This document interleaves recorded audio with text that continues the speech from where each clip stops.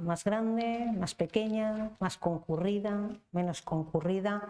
Seguro que cada uno de ustedes tiene una imagen de cómo es una biblioteca en la cabeza. Tal vez incluso puedan tener varias imágenes, ¿no?, de esas bibliotecas que hemos visto por el mundo, de esa biblioteca que tenemos en casa, de esa a la que acudimos habitualmente.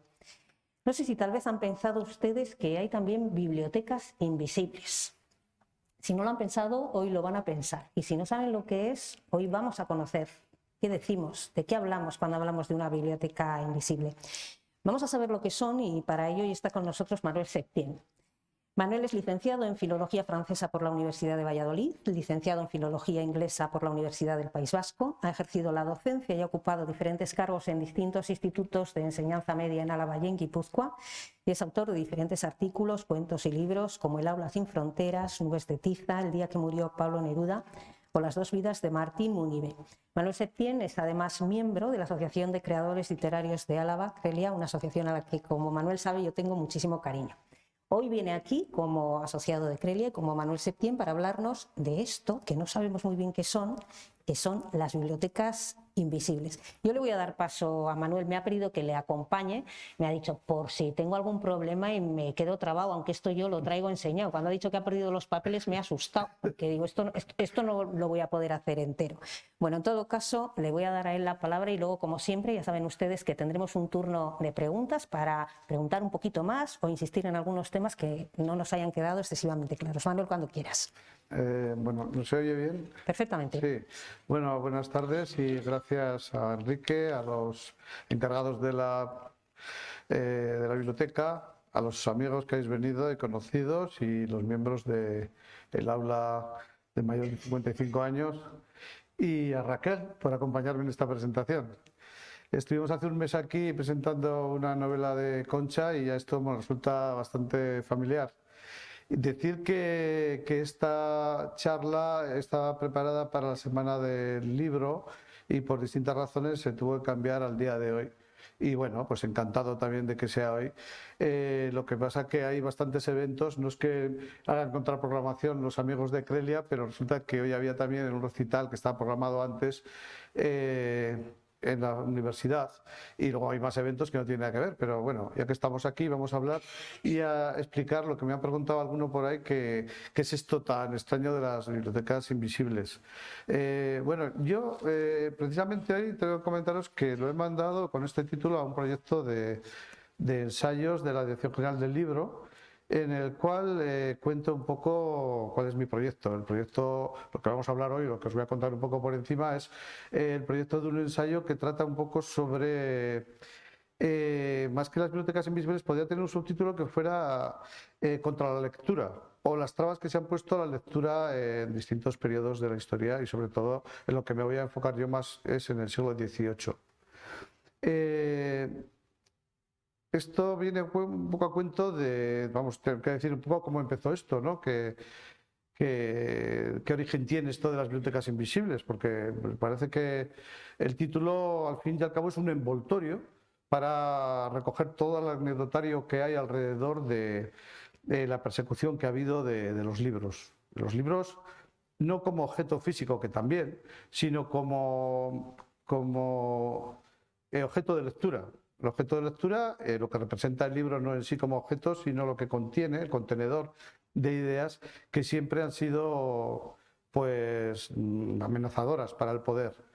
Entonces yo empecé un poco a mirar, bueno, la cosa surgió de la biografía de Samaniego, que había leído un libro de Emilio Palacios y bueno, ahí vi bastantes cosas oscuras, sinónimos que empleaba de Cosme y Damián, las persecuciones que tenía de la Inquisición, escritos que no estaba claro si eran suyos y sobre todo el hecho de que se publicaran unos cuentos suyos, los cuentos digamos eróticos, burlescos, picarescos que escribió y que tituló bajo el título de El jardín de Venus, Emilio Palacios, 2 siglos después de la muerte de Samaniego. Antes había habido otras 2 ediciones que yo sepa.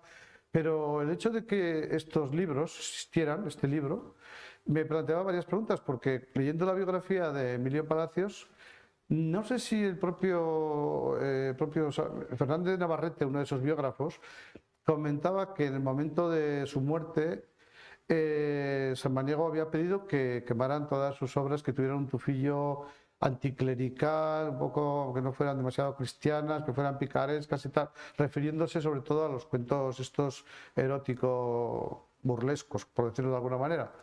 Y entonces el hecho de que estos libros, se publicaran estos versos 2 siglos después, pues despertó una gran curiosidad. Es decir, cómo llegaron estos cuentos, estos versos a nuestras manos 2 siglos después. Y ahí es donde empieza un poco el rastro de las bibliotecas invisibles. Es decir, de qué manera se había hecho materializado este libro. Entonces, bueno, pues fui a la Biblioteca Nacional y allí encontré, ya comentaba a los amigos y tal, que te dan unos guantes y te colocan en un sitio, no te muevas de aquí, con la cámara, te sacan un libro con mucho cuidado. En Francia, por cierto, me sacaron un incunable, me pusieron un cojín y todo para que pudiera enredar en estas bibliotecas invisibles. Bueno, aquí la cuestión es que me sacaron un cartapacio con manuscritos, distintas letras, papel diferente, a veces con tachones. Y entonces digo, pues aquí están los versos. Yo comparé, luego llevaba el libro de Emilio Palacios, El Jardín de Venus, y digo, pues aquí están los mismos versos, manuscritos e impresos en papel. Y a partir de ahí es cuando yo empiezo a pensar que, claro, si no se habían impreso en ese momento, claro, Samaniego había pedido que le quemaran estas obras. La Fontaine también lo pidió, pero La Fontaine sobrevivió y se dedicó a escribir obras piadosas. Samaniego no. Samaniego se murió en 1801 y hay que dar nuestros cuentos y salieron a la luz, ya como digo, después de bastante tiempo. Entonces, claro, empecé a mirar y digo, ¿y esto por qué pasaba? ¿Por qué pasaba? Pues porque evidentemente existían prohibiciones expresas sobre determinados tipos de publicaciones. Y ahí empecé un poco a tirar del ovillo y ya llegué a 1456, creo que fue, la creación del Santo Oficio por los Reyes Católicos para proteger la doctrina católica de la doctrina del Corán y de los judaizantes, etcétera. Y en 1502 que se crea la pragmática de ediciones, en la cual se prohíbe taxativamente las ediciones y las ventas de libros extranjeros sin permiso. Entonces, a partir de aquí empieza, como si dijéramos, se podría subtitular Historia de la censura en España. Aunque ya existía la Inquisición antes, aquí la Inquisición se personifica, como si dijéramos, contra los libros y contra las ediciones.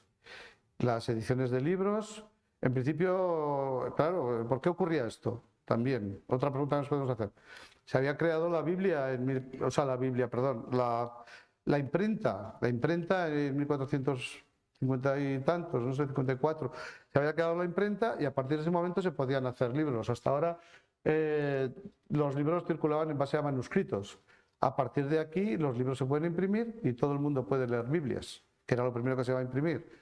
Entonces, claro, todo el mundo no puede leer las Biblias porque solamente las puede interpretar el Papa. Ahí surgió el conflicto con los reformistas, con los herejes, etcétera, y la Inquisición pues empezó a dirigir un poco su dirección contra los libros de tipo pues religioso, por decirlo así. Los 15 autores protestantes, Lutero, Calvino, fueron prohibidos y junto a ellos pues distintos autores también literarios. Quiere decir que no solamente se prohibían las obras religiosas. Bueno, no voy a contar toda la historia de la Inquisición, pero decir que unas cuantas cosas sobre la Inquisición, que es un poco el motivo de que existan los libros prohibidos. O sea, que al final las bibliotecas invisibles existen porque existen los libros prohibidos. Ya he comentado antes que los libros existen, las prohibiciones existen desde la época, desde que existen los libros. O sea, desde que, no sé, Irene Vallejo cuenta en El Junco Infinito cómo el emperador expulsó a Horacio a las fronteras de Rumanía porque escribió el Ars Amandi y no estaba de acuerdo con ese libro, que no iba con las doctrinas que tenía él sobre la familia, el arte de seducción no le convencía, y fue, como dijéramos, el primer ejemplo que se pone de prohibición de un escritor y de todas sus obras.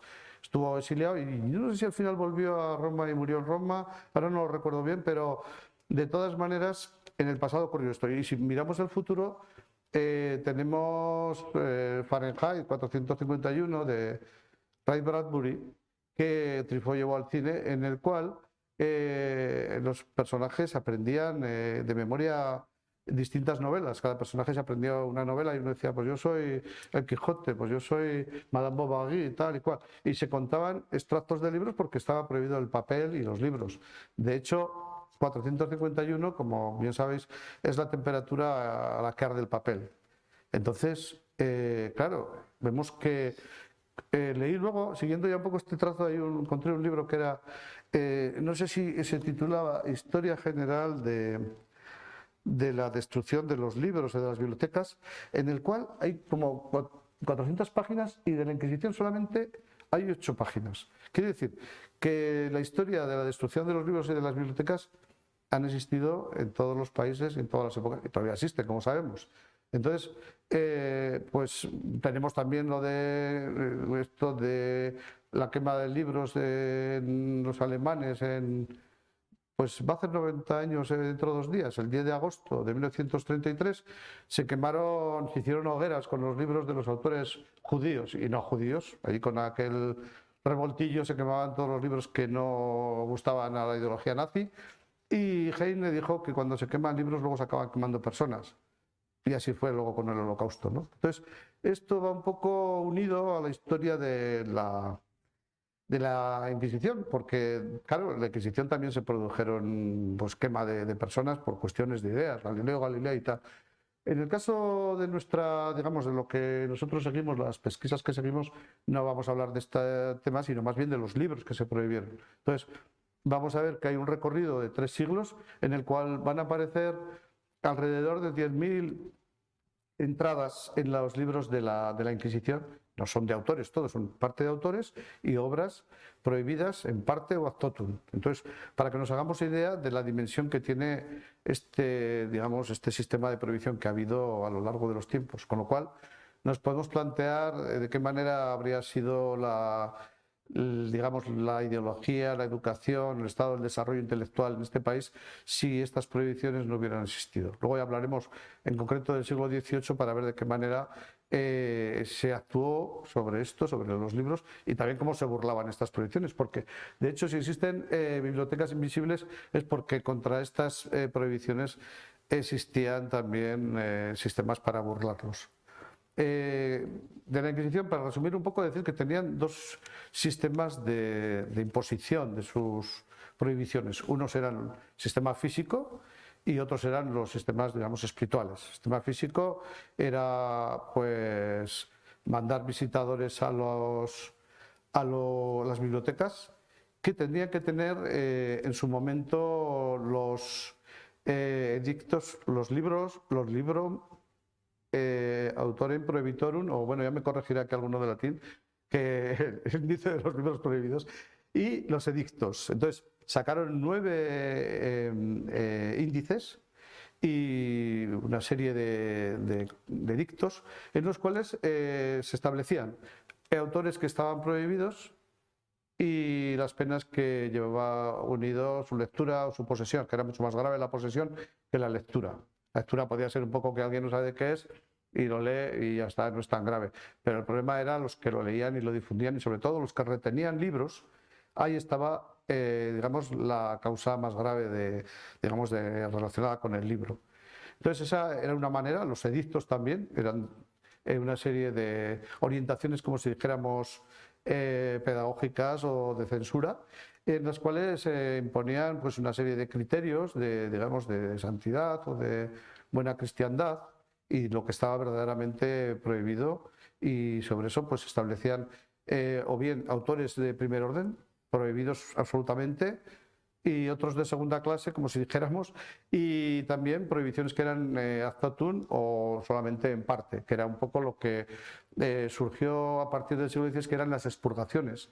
Expurgaciones que eran como, pues eso, censuras que se establecían sobre obras, la Celestina, el Lazarillo, el Amadís de Gaula, en obras profanas, que se puede decir así, pues ya se establecían, digamos, trozos de censura para, pues quitaban físicamente estas partes y se podía leer ya sin ningún compromiso. Esto se refiere un poco a la parte, digamos, física. La parte espiritual todavía es más sutil, pero al mismo tiempo más impositiva, porque existe, en primer lugar, la autocensura de la que hablan muchos autores, porque el mismo Quijote, el mismo Cervantes, a través de Quijote, del Quijote, el personaje, establece una especie de autocensura, así un poco jugando con la novela, en el episodio de la quema de los libros con el barbero y el cura. Y ahí se queman una serie de libros, bueno, pero son un poco libros insustanciales y tal, pero también porque había libros que no estaban bien vistos moralmente. Bueno, había una mezcla ahí, pero de esa manera hacía un acto de autocensura, un auto de fe, prácticamente se puede decir, sobre sus propias obras. Y luego hay que pensar, todos los, digamos, los profesores de universidad, la mayor parte clérigos o religiosos, que tenían que tener mucho cuidado con las ideas que exponían en las cátedras, porque en cualquier momento podía surgir alguien que le denunciara. De hecho, otro de las fórmulas que hay para, digamos, cribar las ideas era el acusismo. El acusismo era el hecho de que alguien se podía acusar a sí mismo de poseer un libro, decir, es que tengo un libro ahí que no sabía que era tan malo y tal, y lo devolvía a la Inquisición. O bien en el confesonario también, en el confesonario se producía también un acto de censura, porque uno podía censurarse a sí mismo, criticarse a sí mismo de haber leído este libro, haber cometido el pecado de leer tal libro, o haber cometido el pecado de tener tal libro, y también, de paso, pues acusar a alguien en el secreto de confesión. Entonces, había digamos, una estructura, digamos, represiva, pues muy consistente, que de alguna manera pues hizo que la eficacia de la Inquisición fuera terrible. No me detengo en todos los siglos, pero mirando ya en el siglo XVIII, que es lo que más igual nos interesa, parece que hay una cierta relajación. Precisamente en el siglo que más libros, digamos, filosóficos y de carácter intelectual, entre comillas, van llegando de Europa, pues la Inquisición parece relajarse. Y entonces, pues bueno, parece que llegan más libros y tal. Yo esto lo veo cuando, no iba a hablar de mi libro, pero en mi libro, en Las dos vidas de Martín de Munive, el traficante de libros, resulta que aparece ese personaje precisamente porque en el siglo XVIII se da un comercio intenso del tráfico de libros prohibidos, que no solamente llegan de Francia, a través de Francia, porque normalmente se editan todo alrededor de Francia. Ya luego, en su momento, hablamos de esto. Entonces, en el siglo XVIII aparece este comercio de libros y, sin embargo, vemos que la Inquisición dice, ojo, vamos a ver, vamos a tener cuidadito aquí, y interviene contra Macanaz y contra el caso de Olavide, el caso de Macanaz, que lo cuenta Carmen Martín Gaite, cuenta todos los detalles, el caso de Olavide también. Son dos muestras de cómo la Inquisición quiere de alguna manera decir, aquí estamos nosotros, porque fueron dos gobernantes que precisamente intentaron digamos, socavar su poder o retirarles, digamos, de la proximidad del poder, ¿no? No lo consiguieron. Los dos fueron represaliados y sufrieron prisión y destierro. ¿No? Ahora lo recuerdo, bueno, los dos. Ya tengo en casa un libro manuscrito de Macanaz, sus memorias, 3 tomos escritos, en los que hace una especie de descarga, escritos a mano, de descarga de su papel contra la Inquisición. O sea, prácticamente viene a pedirle perdón a los inquisitores de que, bueno, quiere volver a España y escribe. Y entonces estos libros, no sé cómo llegaron a mis manos, bueno, tienen también una historia también muy larga en la que no vamos a entrar. Y le fui a preguntar a un historiador de estos que en el siglo XVIII, amigo de un amigo, y le dijo, oye, tengo estos libros aquí, joder, mira y tal, los Macanaz. Dice, va, eso no vale nada. Todos los nobles tenían copiadores de libros, que los libros que le interesaban hacían copias y funcionaban en la circulación como manuscritos. Entonces tenemos que, aparte de los libros impresos, iban circulando libros manuscritos que de alguna manera iban distribuyendo, pues digamos, este tipo de libros prohibidos. Y entonces, pues fue otro, digamos, otro paso más en la investigación de esta historia. Entonces, bueno, hemos llegado hasta aquí, el siglo XVIII, y en el siglo XVIII es cuando aparece pues, todo el tráfico de libros filosóficos y de qué manera pues, consiguen llegar aquí a España. Es un poco el tema que también viene reflejado en las bibliotecas invisibles.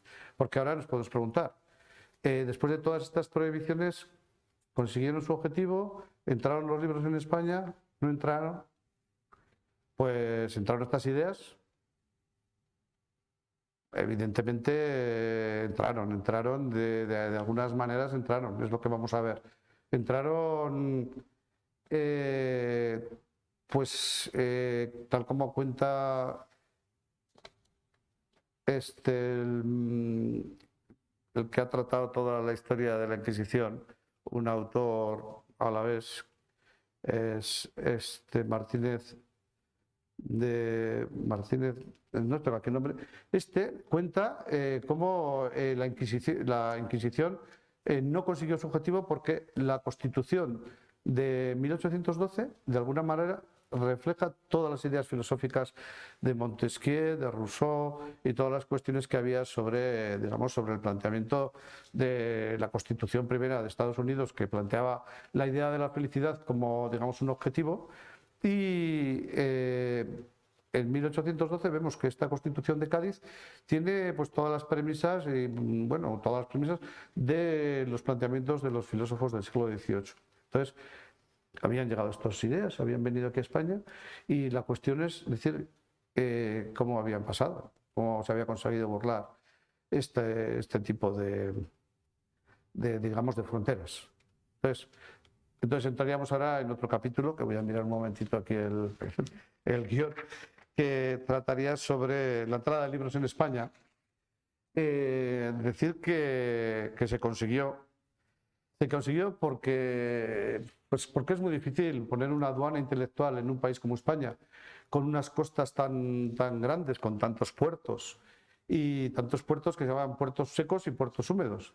Distintos sistemas también que había digamos, como una especie de autonomías o de funcionamiento dentro de las aduanas internas que había del país. Entonces vamos a ver cómo de distintas maneras estos libros van a llegar aquí a la península. Pues por una parte, ya digo, la península pues tiene puertos, Valencia, Alicante, Cádiz. De Cádiz pasaban a Sevilla y de Sevilla o bien iban a Madrid o bien iban a las colonias americanas. Y luego también tenemos que en el norte, en el río Bidasoa o en los puertos del norte, también empieza a haber casos de descubrimientos se encuentran determinados alijos de libros que de distintas maneras pues van a poder llegar aquí a la península. Oye, si me queda la boca seca de tanto hablar. No, eso lo arreglamos ya. Sí, tenemos que era muy difícil parar o detener este tipo. Gracias. Era muy difícil detener este flujo de libros que además, ya digo, como fenómeno editorial no era solamente una cosa exclusiva de España, es decir, que era un fenómeno que existía en toda Europa, y en el caso de Francia vemos que no es un caso exclusivo de España, sino que también en el caso de Francia las fronteras están selladas sobre todo con determinados tipos de libros que critican la vida concupiscente, lasciva del rey. Hay sobre todo una serie de ejemplares de libros filosóficos, entre comillas, que son eróticos, que están prohibidísimos. Entonces, la tarea del colporteur, que se llama en Francia, era una tarea muy perseguida y muy peligrosa. Yo en España no he descubierto este personaje, o no ha habido historiadores que lo hayan estudiado o que yo conozca. Entonces, a veces pienso que son los arrieros los que llevaban ese tipo de libros, y otras veces pues eran los propios nobles o sus criados los que se encargaban de mandar a sus criados que les fueran a buscar estos libros. Tenemos el caso de Pérez Reverte, si habéis leído o conocéis de Algunos hombres buenos, trata sobre una serie de personajes de Madrid, de nobles de Madrid intelectuales, que quieren conseguir la enciclopedia que estaba prohibida en España, y entonces envían una serie de personajes a París, a Francia, y van contando sus viajes. Y tiene una cosa muy curiosa que me parece interesante, que es que introduce la bibliografía dentro de la novela. Me gustó y fue un descubrimiento. Lo leí a propósito después de haber escrito lo de Las dos vidas de Martín de Munive, para no influenciarme o no ser influido por su prosa tan amena, divertida, y por sus historias, porque además al final eran un poco coetáneas las historias. Y la verdad es que me resultó muy honesto por su parte el hecho, a saber luego que igual cribaba un poco determinadas obras, pero contaba cada ciertos capítulos, contaba la biografía que había encontrado como, digamos, como un camino, otra novela paralela, como una investigación de la novela muy interesante. Entonces, como digo, esta era una fórmula que había para que los libros llegaran aquí a la península, criados, arrieros y tal, pero esta figura que había de los colporteurs como tal no existía. Leyendo la biografía de Samaniego, pero ya no la de Emilio Palacios, sino determinados textos de los amigos del país, encontré que iban, no exactamente, cuando estaba de director, mandó a Benitua y a Elúyar, el que descubrió el wolframio, otro también que eran profesores en la Real Sociedad Vascongada, amigos del país, en el seminario, y les mandó a comprar libros a Bayona. Y cuenta cómo llevaban, no sé, Benitua, uno que era el contable, como si dijéramos, les había explicado cómo se cambiaban los doblones españoles por las monedas, las tornoas francesas o las coronas francesas. Entonces, ¿qué valor había que dar? Y luego que compraban libros. Y cuenta que compraban algunos libros de ciencia, no sé si de Luke, de Home, de Newton, bueno, y de libros técnicos sobre todo. Y de libros prohibidos, libros filosóficos, no cuentan nada. Pero es que es normal. Las bibliotecas invisibles, como yo digo, existen porque nadie va a dar cuenta de estos libros prohibidos. Entonces, a la hora de registrar estos libros, de alguna manera registrarían compras de libros, pero tendrían que dar cuentas de esos libros, pero tendrían registros paralelos o a saber qué es lo que harían. Pero bueno, esto es un poco para contar que los libros llegaban a España y llegaban con bastante frecuencia, de manera que el inquisidor que estaba en los años 1770-80, Ruiz de Ceballos, se quejaba de que, hablando en términos así muy populares, esto era un coladero, se quejaba al rey, como diciendo, es que aquí está entrando todo tipo de libros que nos están estropeando aquí digamos, la buena moral católica de los españoles. Y realmente entraban libros. O sea, yo investigando un poco la vida de los colporteurs y ilustrándome para la novela, descubrí que había episodios en Logroño que llegaban unos libros en francés, pero no había un perito en francés que supiera traducirlos. Santiago de Compostela había un técnico, digamos, real y otro de la Inquisición, y discutían entre sí a ver cómo lo hacían, a ver quién cobraba, quién no cobraba, y hay una tesis doctoral que demuestra cómo entraban los libros en Santiago de Compostela de esta manera. En Bilbao entraron en un barco había unos ejemplares de Condorcet, que era el filósofo que luego el terror de la revolución se lo llevó por delante, pero era un gran matemático. Y vieron el libro, tenía el nombre de Condorcet, y ya casi de repente lo retienen, pero luego vieron que no había más que fórmulas y tal y cual, que era de matemáticas, y los dejaron pasar. Y así hay cantidad de anécdotas donde se demuestra que los libros llegaban, y llegaban con gran profusión. Donde más llegaban era donde había ciudadanos franceses, por razones obvias. Entonces, en Sevilla y en Cádiz había grandes colonias de comerciantes franceses, y ellos mismos cuentan cómo recibían todo tipo de libros franceses. Y el momento que se prohíben, a finales del siglo XVIII, de una manera taxativa, ya cuando estalla la Revolución Francesa, la entrada de libros, es cuando los franceses, claro, no pueden actuar contra los ciudadanos de otro país, y entonces se les da la opción o de bien hacerse españoles o irse de España. Pero durante un periodo de incertidumbre que hubo ahí con la legalidad, hablando así a grandes rasgos, así un poco en brocha gorda, pues ocurrió que ellos eran los que traían cantidad de libros, que además tienen su lógica, porque de Cádiz, claro, no podían ir a América, pero iban a Sevilla, que estaba muy cerca, y de ahí iban a Madrid.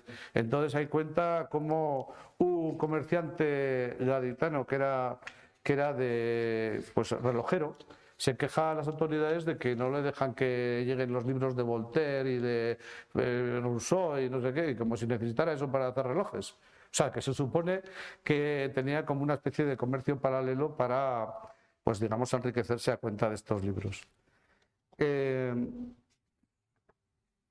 Entonces, bueno, vemos que las bibliotecas se van haciendo, y se van haciendo, hay bibliotecas visibles. Es una cuestión de prestigio tener bibliotecas. Todos los nobles, la duquesa de Alba y la marquesa de Benavente, compiten entre sí por tener los mejores invitados, pero también por tener las mejores estanterías, los mejores libros que están publicando en Europa. Y entonces estos libros pueden llegar. Ellos de alguna manera tenían, por su calidad de personajes ya en la élite del país, pues tendrían derecho de lectura, incluso de retención de determinados libros, o si no, también podrían tener, que seguramente tendrán en algún lugar de sus casas, la duquesa de Alba o estas grandes familias, probablemente tengan libros de este tipo. Seguramente. De todas maneras, aquí no hay que ir muy lejos. Fernández de Navarrete, el periodista de La Guardia, amigo nuestro, nos comentaba que en la casa de Fernández de Navarrete, Eustaquio Fernández de Navarrete, el biógrafo de Samaniego, seguramente habría muchísimos libros referentes a la vida de Samaniego, pero también libros de su propia familia. Pero ahí no se puede entrar porque todavía, digamos, la familia utiliza el palacio este que está aquí, me parece que en Ábalos, y no se puede entrar. Luis María Areta, un profesor de francés, hizo una investigación sobre las bibliotecas de la familia Verástegui y de la familia Narros o algo así, de Zarauz, pero es que no dice nada apenas, no describe nada, toda la situación que había. Dice que tenía 3 libros de la enciclopedia y no cuenta nada de todos los libros que podía haber tenido de la enciclopedia. ¿Y por qué no tenía más? Porque estaban prohibidos y de qué manera estaban. Entonces, sí que tenemos en la biblioteca de la duquesa de Montehermoso, hay una referencia del geógrafo alemán de von Humboldt, en la cual dice que vio una biblioteca, tiene una biblioteca espléndida, que no sé dónde estará ahora esa biblioteca. Y entre sus libros tenía un libro de... Igual alguien sabe por aquí. Entre sus libros tenía un libro de Rousseau, que estaba prohibido ya todas sus obras, pero un libro de música, un libro, pero que estaba con otras pastas, con otra cubierta. Porque ya a propósito de esto, uno de los trucos que había para pasar estos libros era también utilizar, como he comentado, pues utilizaban cofres de doble fondo, los escondían en las mantelerías de Bayona, ponían pues esto de coñac y luego debajo ponían los libros estos, ponían los libros permitidos arriba, los prohibidos abajo, o también hasta que prohibieron que se encuadernaran los libros de exportación, pues se prohibió para, pues no sé exactamente para qué, si fuera para tener más control, yo creo que para tener más control, pero no por la cosa, sino cuestión de impuestos. Bueno, la cuestión es que hasta entonces venían algunos con las portadas de obras piadosas. Si por ejemplo venía Enrique XII de Voltaire, pues venía cubierto con las obras de piedad, de imitación a Cristo, por ejemplo. Y entonces, pues pasaban tranquilamente las fronteras hasta que se descubrían. Entonces ya digo que había muchos artilugios para construir para pasar este tipo de libros. Bueno, estos son, digamos, las bibliotecas visibles. Entonces, ya un poco volviendo a ver qué bibliotecas podía existir de estos libros, habría que remitirse al principio, que era el índice de libros prohibidos. Es decir, que nos cuenta desde Vices de Dusser, un historiador francés que trata mucho este tráfico de libros entre Francia y España, cómo las entradas de los índices de la Inquisición nos marcan los autores más interesantes de la literatura española. Quiere decir que para saber los libros que constituían las bibliotecas estas prohibidas, había que fijarse un poco en qué autores estaban prohibidos. Podemos entrar en un listado en el que se incluyen prácticamente todos. Luego, no sé cuál era el bestseller que había pues, en el siglo XVIII, Fray Gerundio de Campazas, por lo visto era uno de los libros más vendidos. Pero luego, los libros más prohibidos siempre estaban los de religión, y en el siglo XVIII Voltaire estaba el primero en la lista de los libros más prohibidos, y luego casi todos los autores filosóficos que tienen que ver con la historia, con la ilustración. Los libros religiosos siempre estaban prohibidos, y luego hay un concepto que empleaba la Inquisición que era muy interesante, que era que se prohibían los libros de controversia, que eso también es un término que a veces se emplea ahora. Entonces, los términos de controversia pues era un concepto tan vago que permitía pues prácticamente censurar a una gran parte de los libros, sobre todo científicos, porque los libros científicos en muchos casos entraban a veces en contradicción con determinados dogmas del catolicismo. O era una manera también de, cuando no había un conocimiento claro, pues determinados aspectos que tuvieran que ver con la concepción del mundo, pues entran en este tema de controversia. Uno de los que entra muy claramente aquí en este tema de controversia son los que tienen que ver con con la fisiología, descubrimiento del cuerpo, el placer, y de ahí deriva un poco a los cuentos los libros eróticos. Entonces, estos desde luego están prohibidísimos, pero en un principio, en el caso de Francia, digo, ¿por qué los ponen libros filosóficos? Pues un poco era un truco para engañar un poco a los distribuidores, pero se llamaban filosóficos también porque tenían una concepción, como si dijéramos, humanista o vitalista digamos, del placer, que iba en contra, evidentemente, de la doctrina cristiana. Entonces, ahí hay una especie de frontera muy tenue. A veces hay libros de fisiología, libros de ciencia. También he leído que se censuraron algunos libros de medicina, pero supongo que ya a finales del siglo XVIII pasarían como los libros de química y los libros de ciencias. Decir que estoy un poco, en este siglo XVIII me vienen muchas ideas a la cabeza, pero decir que hubo bastante desarrollo, a pesar de todo, de la ciencia en España. Me ha sorprendido.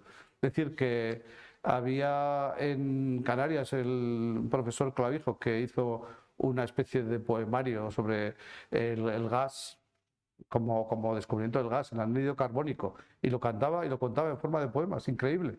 Estuvo perseguido por la Inquisición, pero el libro se publicó porque era un libro pues que prácticamente pues no tenía un alcance así, digamos, pecaminoso de ningún tipo. Pero también tenemos el caso de Jorge Juan, que estuvo en la medición del meridiano de Greenwich. Tenemos militares que tenían un desarrollo terrible de conocimientos de química, de física. Los hermanos Eluyar fueron enviados a Europa a investigar las construcciones de los metales para construir armas. En aquel tiempo también Eluyar, uno de ellos, y el otro descubrió el wolframio. Es decir, es una digresión un poco de esto de los libros, pero decir que a pesar de todo, y es otra muestra de que estos libros llegaron a entrar, el desarrollo científico en España, aunque más ralentizado, se fue realizando. Por no decir el desarrollo que hubo en el caso de los, que sería otro tema también, el Real Seminario de Vergara, los descubrimientos que se produjeron y los avances que facilitaron con sus invenciones. Volviendo un poco al tema de los cuentos eróticos, de los libros eróticos, decir que aquí en España prácticamente ni existe la Celestina, etc. Pero en el caso de Francia se habla de una especie de género, subgénero, nunca mejor dicho lo de sub, de literatura de libertinage. Entonces, libertinaje, que era como una especie de corriente dentro de un tipo de libros que eran los más vendidos. Digamos, esto ya no es en España, es en el caso de Francia, eran los más vendidos. Y no me consta que en ningún caso aparezca ninguna referencia a este tipo de libros en España. Pues porque nadie lo va a poner a la hora de hacer el testamento, de le cedo este libro a...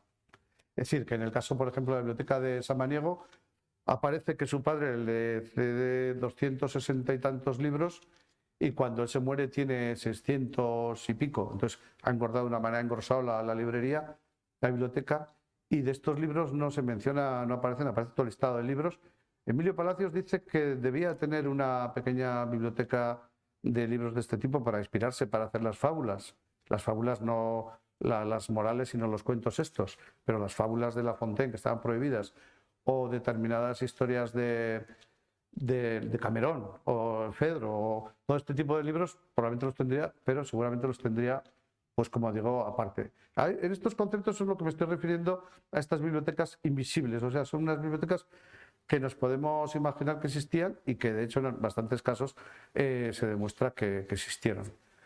Ayer leí un artículo de Alberto Mangel sobre la historia de la lectura, que realmente interesa mucho, pues ver cómo él ha hecho una recopilación. Yo no sé si estará aquí en la biblioteca, pero si no me lo voy a ir a comprar cuando salga de aquí. Bueno, no cuando salga, pero un poco más tarde, mañana o así.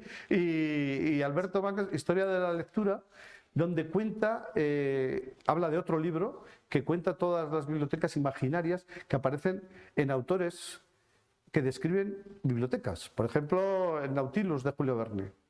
La biblioteca que tenía Madame Bovary, la biblioteca que tenía Tristan Sandy, bibliotecas que tenían determinados personajes, y se inventa bibliotecas, inventa o no se inventa. Hay con un doble matiz, y con lo cual, pues bueno, es una historia muy interesante. Y bueno, pues yo voy a ir un poco concretando algunas cosas. En resumidas cuentas, lo que se demuestra, o lo que intentan demostrar estos autores franceses, que Dufourneau, Lucien Lafargue o François López, que son los que han trabajado un poco esta historia de la exportación de libros de Francia a España, dice que la mayor parte de libros que estaban prohibidos en Francia, en gran parte, pasaban también a España. Entonces, lo que pasa es que aquí hay un terreno para hacer una investigación, una tesis doctoral igual más profunda, pero me parece que podría merecer la pena. Una cosa que también me ha parecido sobre la marcha, según estaba planteando el proyecto del ensayo, que prácticamente no aparecen escritoras. Ahí sí, Santa Teresa de Jesús, Santa Inés de la Cruz, pero pocas más. Entonces, he enredado un poco y sí que he visto que hay un listado de escritores, Catalina de Erauso, tal. Digo, en esta época, ya en el siglo XIX, siglo XX aparecen más, pero hasta época no. Entonces, pues sería otra vena de investigación de ver de qué manera estaban o no estaban invisibles. Ahora cuando se habla de las mujeres invisibles o, bueno, seres invisibles, este tipo de personajes. Y yo no sé cómo estamos de tiempo. Vamos bien, si quieres añadir alguna cosa más. Sí, yo para cerrar un poco esto, decir que sí que llegaron estos libros yo creo que llegaron a España, que pasaron, estarán invisibilizados en parte o no, pero sus efectos están, como digo, en la Constitución de Cádiz. Ahí están, también hechos en los progresos que se dan en la ciencia. Y entonces, claro, es decir, ¿de qué manera nos podemos plantear que se plantea Enrique Morente en la historia de la Inquisición? ¿De qué manera influyó esta censura o estas trabas a las entradas de libros extranjeros en España? ¿De qué manera podría haber sido distinta la historia de España si estos libros no hubieran tenido las trabas que han tenido? Me refiero sobre todo a los libros científicos, sobre todo a los libros del siglo XVIII, que ya digo que al final es un público muy reducido, porque el público lector era probablemente el 10%. Digamos que muchos no sabían francés, los tenían que traducir, circulaban en forma de manuscritos, pero en determinados núcleos digamos, de intelectuales, de profesionales, de jovellanos, entonces tuvieron una gran influencia en determinados personajes, pero no sabemos de qué manera esto se ha podido diluir con estas autocensuras, prohibiciones, etc. Entonces, yo lo que dejo aquí un poco en el aire, la invisibilidad de estos libros, de esta novela, es el hecho de que no sé si la historia podría haber sido distinta, ya no se puede cambiar nada, pero podemos darle una vuelta y reflexionar un poco sobre esto porque me parece que tiene su interés. Entonces, pues eso sería un poco el núcleo del asunto. Tendría muchas más, digamos, ramas por ahí para salir o no salir, pero podemos dejar un espacio para que, si tú quieres hacer alguna pregunta o así. Sí, algunas dudas tengo. Muchas notas. He tomado notas porque me gustaría hacer un pequeño resumen de lo que has planteado, ¿no? Y empezar por esa conclusión final que nos has dejado encima de la mesa, una patata caliente, con esto de qué hubiera pasado, qué habría pasado si los libros llegan a circular a su libre albedrío, ¿no? Y es algo que no vamos a poder saber. Bueno, a mí me ha apasionado el viaje que has hecho desde la época de la Inquisición hasta este momento en el que te has focalizado, y me he quedado con una serie de ideas que intento resumir aquí. Si me equivoco en alguna cosa, Manuel, tú me corriges. Bueno, quizá alguna cosa así. Por supuesto. Bueno, la primera idea es que la prohibición de los libros existe desde que los libros son libros, ¿no? Con lo cual, tal vez, y esa sería una de las preguntas que te haré luego, lo podemos trasladar a nuestros días. Nos has contado también lo que ocurre en Francia en el siglo XVIII y qué pasa, ¿no? ¿Qué pasa? Esos libros prohibidos en España acaban llegando y hasta dónde llegan, con lo cual ahí se me genera también una idea, y es basta que prohibamos un libro para que ese libro tengamos más ganas de conocerlo. Lo mismo nos tenemos que plantear prohibir alguno para que para que a todos nos apetezca leer, ¿no? Y me he quedado con dos conceptos que me han gustado mucho, que has planteado. De la primera época, eso del acusismo, que me ha parecido brillantísimo, y hay otra cosa que es este tema de las aduanas intelectuales, ¿no? Manuel, no se puede poner puertas al campo y no se puede parar el pensamiento, ¿no? Al final de eso estamos hablando. Exactamente, yo creo que es así, que es muy difícil parar, digamos, las ideas. Ahora yo creo que es prácticamente imposible. En Irán intentan ahí parar Internet y en China y tal. A mí me parece que es realmente muy difícil. Ahora todavía más. De todas maneras, lo que sí que es cierto, lo que dices, que las prohibiciones, en el caso del siglo XVIII y digamos, sobre todo en esta época, aumentaban el valor de los libros y su peligrosidad. Con estos traficantes de libros, en la medida que un libro estuviera muy prohibido, que era por ejemplo La vida íntima de Luis XIV, me parece, no me acuerdo el título, estaba prohibidísimo y era un libro que iba subiendo de valor a medida que pasaban las fronteras. Decir además una cosa que tenemos, bueno, dos ideas un poco que se me han olvidado. Una, que la Inquisición era inquisitoria contra la propia Iglesia, es decir, que cuando hablo a veces de conceptos de catolicismo, estoy hablando de Inquisición como una especie de núcleo duro y resistente y que intenta, que no es la Iglesia. La mayoría de los que están perseguidos por la Inquisición son religiosos. El padre Feijó, el autor de Padre Isla, bueno, podemos mirar Fray Luis de Granada, en fin, que era un instrumento no de la Iglesia en sí, sino de un determinado sector de, no sé si de la Iglesia del poder, por decirlo de otra manera. Y lo que has dicho, que los libros, cuanto más se prohibían, más subían de valor y más despertaban el interés también. Lo que pasa es que estos libros, en algún caso, puede ser un tesoro escondido que puede encontrar alguno igual en alguna biblioteca de viejo por ahí. Estos escritores, Trapiello y Reverte, y conozco escritores, bueno, conozco por lo que dicen, y les gusta mucho ir a buscar este tipo de libros porque tienen libros, bibliotecas así de antiguo, pero casi todo lo que les interesa son libros de este tipo. ¿Seguimos teniendo a día de hoy Inquisición y autocensura? Autocensura existe, yo creo que todos ejercemos la autocensura contra nosotros mismos. O sea, a la hora de que te pones a escribir, no sé si llamará autocensura, pero ni corsés tampoco, pero es decir, bueno, va a haber autores que no lo tengan, pero yo particularmente creo que la mayor parte. Lo que pasa es que es un término que no me gusta, la autocensura o censura, es decir, que llámale igual prevención o llámale precaución o determinados límites que tú tengas por ti misma en tu forma de ser. Pero autocensura es un poco, sí, pero probablemente exista. Y la censura como tal no existe, excepto, digamos, la económica, igual, ¿no? Pero Bueno, censura... no aquí, a lo mejor si nos vamos a Irán o a cualquier país. Sí, no hay que ir muy lejos, Marruecos. Ahora yo creo que hay una gran libertad de expresión en España. A mí me parece que hay... Uy, más de uno te iba a cuestionar eso, ¿eh? Sí. Hombre, igual ha cambiado, lo que están diciendo algunos, que ahora que está cambiando igual de 30 años, 20 años acá, que hay cosas que dicen, esta película no se podía haber hecho ahora. Yo no lo sé, igual han cambiado también los gustos y los criterios éticos y estéticos, pero no sé. Me he quedado también con tus recomendaciones literarias y las recupero aquí porque, bueno, dos los he leído, el tercero no. El infinito en un junco, de Irene Vallejo, que es una auténtica maravilla. Algunos hombres buenos, de Arturo Pérez Reverte, que efectivamente también es una gran novela. Y este último, que no me lo he leído yo, pero tú tampoco, La historia de la lectura, que también me lo he apuntado. Sí. Seguro que entre las personas que tenemos aquí hay alguna cosa que quieren preguntar o aclarar. Nos levantan la mano y nos acercamos un micrófono. Aquí delante, Uchi.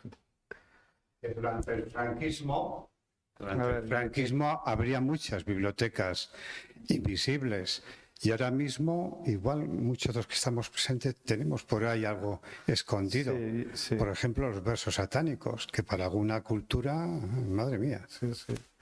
Sí que es verdad, yo cuando estaba hoy repasando esto, las notas, estaba pensando, digo, pues las bibliotecas invisibles, cualquiera que haya estado trabajando un poco en la clandestinidad, que todos somos un poco mayores, hemos conocido el antes del 75, hemos conocido todos el mundo este de los panfletos y tal. Una cosa que no he mencionado es que en el caso de los últimos años de Carlos IV, cuando la Revolución Francesa, se intentó de muchas maneras, sobre todo la Inquisición, entonces tomó un papel muy importante para intentar frenar la entrada de todo tipo de panfletos que había de la Revolución Francesa, y fue prácticamente imposible. Había una especie de colonia de españoles en Bayona con Marchena y Cabarrús y otros cuantos que se dedicaban a mandar revistas y panfletos a España. Entonces en Álava, en Guipúzcoa y toda esta zona del norte estaba completamente invadida. Y son los temas políticos los que realmente a veces son los más susceptibles de ser prohibidos en determinados casos, pero ahí sí que realmente pues, sí que puede existir peligros físicos y penales fuertes, ¿no? Que en el caso de la Iglesia pues eran más bien ideológicos hasta, bueno, hasta que te quemara, claro, o Galileo, pero bueno. ¿Alguna pregunta más? Mientras alguno se anima, yo te lanzo la patata caliente, te la voy a devolver y te pido que arriesgues. ¿Tú crees, Manuel, que habría cambiado la historia de haber tenido acceso a todos esos libros, a esas bibliotecas prohibidas? Yo estoy convencido de que sí, me habría gustado que no hubiera existido la Iglesia. Hombre, es un poco hacer metaliteratura o metahistoria, yo que sé qué, pero desde luego el hecho es que hay una prueba evidente que es que el desarrollo, digamos, llamarlo intelectual, el desarrollo que había en Inglaterra y en Holanda, en Suiza, en estos países, no era una cuestión, yo creo, económica, es una cuestión un poco de que había más libertad de expresión respecto a los países católicos, en los países protestantes. Entonces, en la medida que había más libertad de pensamiento, o llamarle libertad, no sé, de expresión, pero libertad de pensamiento, de creación, o que había menos temor a ser perseguido por esto, yo creo que sí que hubo más desarrollo intelectual. Es decir, que Leibniz, Newton, Lavoisier, que por cierto le cortaron la cabeza, los de la Revolución Francesa, todos estos, este era francés. Pero de todas maneras, el hecho de que hubiera mayor libertad probablemente haya influido en eso. Y de otra manera, cuando hubo cierta creación, digamos, intelectual, en el Real Seminario de Vergara es cuando se producen ciertos desarrollos en España y de hecho se van a copiar estos seminarios en distintas partes de España. Entonces quiere decir que donde hay libertad de expresión y de creación hay más desarrollo intelectual. ¿En qué medida la religión ha impedido esa libertad a lo largo de los siglos? Yo la religión como tal no, sería igual determinados cardenales, obispos o parte de sectores de la Iglesia. La religión en sí yo creo que no dificulta, digamos, el desarrollo intelectual, ¿eh? A mí es una idea que improviso, pero me parece que es así. Pero en la institución, o determinadas partes de la institución eclesiástica que está ligada al poder, sí. A nosotros la creación también, no sé, es una cosa pues, discutible y bastante subjetiva, pero hombre, la religión nos trajo aquí los místicos y en plan de literatura lo mejor que ha habido en la creación literaria religiosa. Pero a otros niveles, pues la religión realmente yo creo que no influye en lo que es las instituciones. Entonces, bueno, nos ponemos Nos aquí. quedan 5 minutos. Trascendentes, pero bueno. ¿Se anima alguien? No, trascendentes estamos desde las 7.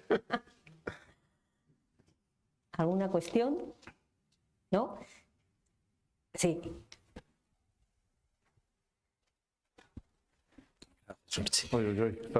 Miedo me das.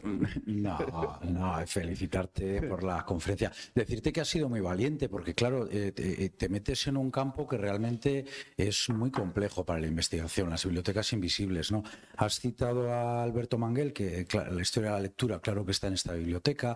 Has citado también al venezolano Fernando Báez, con la historia universal de la destrucción de libros, monumental. Y digo que es precisamente complejo el campo en el que te has metido, o sea, muy arriesgado y con muy pocas fuentes, por dos razones. Una la has mencionado tú, que es que efectivamente aquellas personas, los pocos que leían y aquellos intelectuales, tenían que esconder en alguna parte de aquellas bibliotecas, por eso invisibles, ¿no? Para poder, para no caer en riesgo, claro.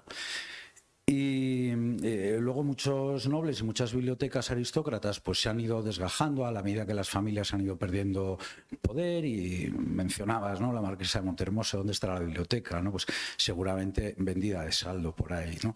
Pero bueno, la razón por la que es difícil investigar esas novelas es, yo creo que por lo que Fernando Báez ha documentado también, porque los libros arden muy bien y se queman todo el rato. Se ha mencionado aquí el franquismo. Yo a Fernando Báez le escribí algún correo dándole datos de distintas quemas de libros que hubo durante el franquismo. Aquí en esta biblioteca tenemos libros del antiguo Bachoqui de Vitoria, que estaba en la Plaza Nueva y que en el año 30 y algo, claro, se saquea y se destruye, y milagrosamente, no sé cómo yo he encontrado un libro del año 30 y algo que está aquí con el sello de Eusko Gazteria, ¿no? Entonces, digo que te has metido en un fregado importante, pero desde luego lo has traído muy bien y lo has hecho muy bien, porque realmente son invisibles porque primero había que esconderlas y segundo sistemáticamente se destruyen las bibliotecas y se queman los libros prohibidos. El libro de Fernando Báez, La historia universal de la destrucción de los libros, está muy bien traído y nuestra querida Irene Vallejo lo cita bastante y se basa en él. Sí, así que nada, pero enhorabuena, desde luego. Bueno, yo no sé si tenía ninguna pregunta.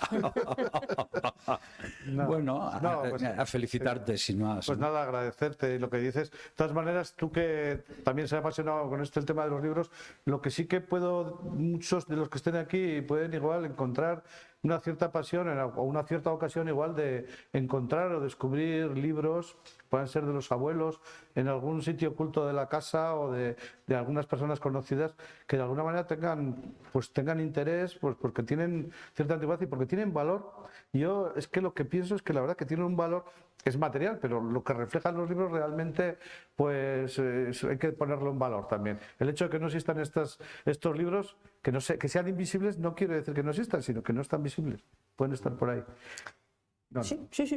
no, es que hablando de este artículo que decía que las bibliotecas son finitas. O sea, aquí hablaba de que estos bibliotecas imaginarias, decía, combinando todas las letras, todas las palabras del alfabeto, en algún momento dado las bibliotecas se habrán acabado. Entonces estos personajes de las novelas jugaban con esas especies de bibliotecas imaginarias, bueno, el tipo de Borges, la biblioteca de Babel y tal. Entonces es un concepto pues muy etéreo. Yo lo que pasa es que le he puesto este título como un envoltorio para reflejar un poco todo lo que existe en contra de la lectura. Un capítulo que queda aparte de esto es la enseñanza, que sería otro tema, pero dentro también de los libros prohibidos que había y los libros que había en la enseñanza y los que no había, las cartillas que se empleaban y los libros que no se empleaban, pero es otro tema eso. Pero bueno, han surgido más cosas. Bueno, está claro que una forma de visibilizar y de que vean la luz esos libros y esas bibliotecas ocultas es lo que estamos haciendo hoy aquí, ¿no? Que es ponerlos en valor. Bueno, pues con ese objetivo y sobre todo con uno que a mí me parece importante, que es saber si conseguimos derribar esas aduanas intelectuales de las que nos has hablado, nos encomendamos aquí, nos lo ponemos en los deberes. Muchísimas gracias, Manuel Septién, por acompañarnos. Muchísimas gracias, como te ha dicho Enrique, por traernos un tema de verdad arriesgado, que además promete darnos mucho de sí, y a todos ustedes gracias también por acompañarnos y feliz semana para todos. Muy bien. Vale, gracias.